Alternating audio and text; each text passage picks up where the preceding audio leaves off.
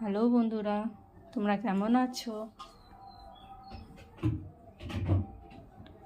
এই যে আজকে সকালবেলা মেনু হলো কচু শাক, লাল শাক আর মাছের ঝোল। তো আজকে আয়ুষ বলেছে মাম্মা আমি নিজে নিজে খাবো, তাই তো আয়ুষ?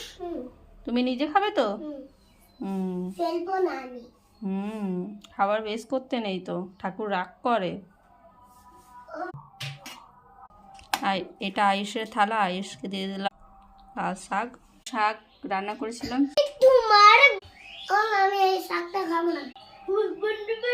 একটু আয়ুষকেও দিয়ে দিলাম কচু শাক। এই যে আয়ুষের থালা।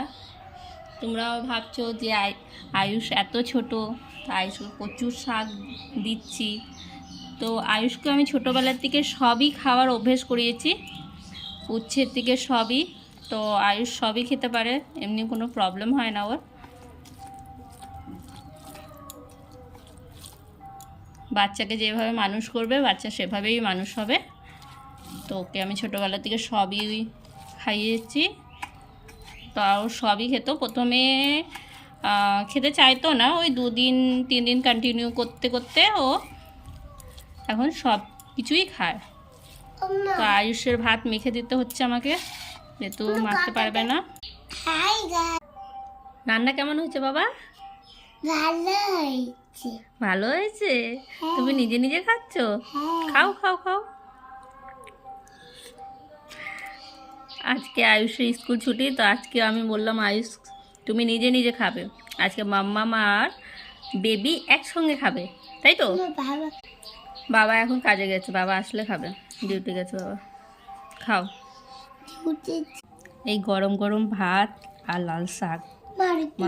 আমাদের খাওয়া দাওয়া হয়ে গেছে। আয়ুষ কোথায় গেছে? টয়লেট করতে? টয়লেট করে নিজে জল দিচ্ছ? ও কি হয়েছ? আমি তো জানতাম না তুমি বড় হয়ে গেছো। টাটা করো, বাই। তুমি খাবার ফিনিশ করে দিয়েছো না? এবার যাও চুপ করে ঘুমিয়ে পড়ো। না, সন্ধ্যাবেলা ক্যাফে আছে। হা হু হা কে করবে? আমি রেস্ট পাবো। হ্যাঁ, রেস্ট পাবো। এখন রেস্ট করবে? হ্যাঁ। তো রেস্ট করো, যাও, খাওয়া তো হয়ে গেছে। কি খেলবো? খেলবে? হ্যাঁ। এখন খেলার সময় না। হ্যাঁ।